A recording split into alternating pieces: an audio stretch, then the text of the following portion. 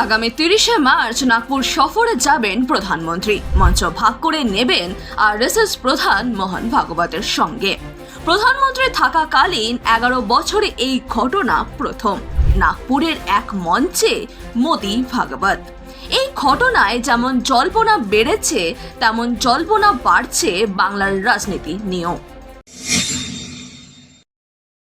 নাগপুরে মাধব সদাশিব গোয়ালকার নামাঙ্কিত মাধব নেত্রালয়ের নতুন ভবনের শিলান্যাস করবেন মোদি ও ভাগবত।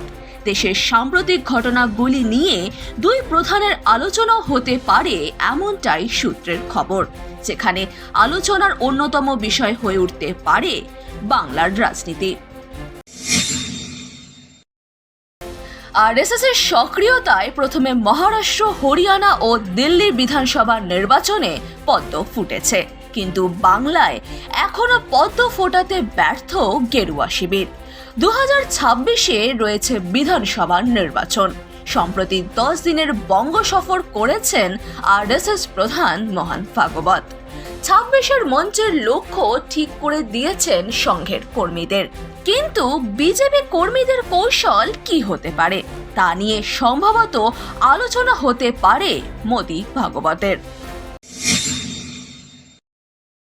একদিকে যখন মোদি ভাগবত কৌশলগত দিক নিয়ে আলোচনা করছেন, অন্যদিকে সাংগঠনিক কাজকর্মকে খতিয়ে দেখতে বাংলা সফরে আসছেন অমিত শাহ।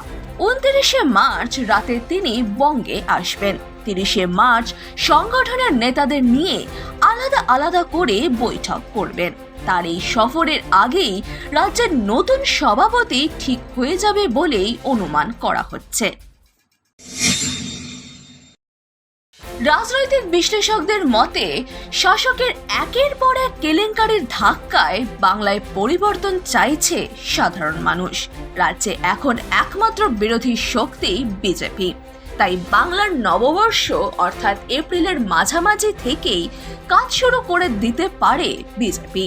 অন্যদিকে দিল্লি, হরিয়ানা, মহারাষ্ট্রের মতোই কাজ শুরু করে দিয়েছে আরএসএস। তাই নাগপুরে আরএসএস এর প্রধানের সঙ্গে প্রধানমন্ত্রীর বৈঠক গুরুত্বপূর্ণ হতে চলেছে। এই বিষয়ে আপনার কি মন্তব্য কমেন্ট করে জানান। সাবস্ক্রাইব করুন, দেখতে থাকুন বেঙ্গল ফ্যাক্টস।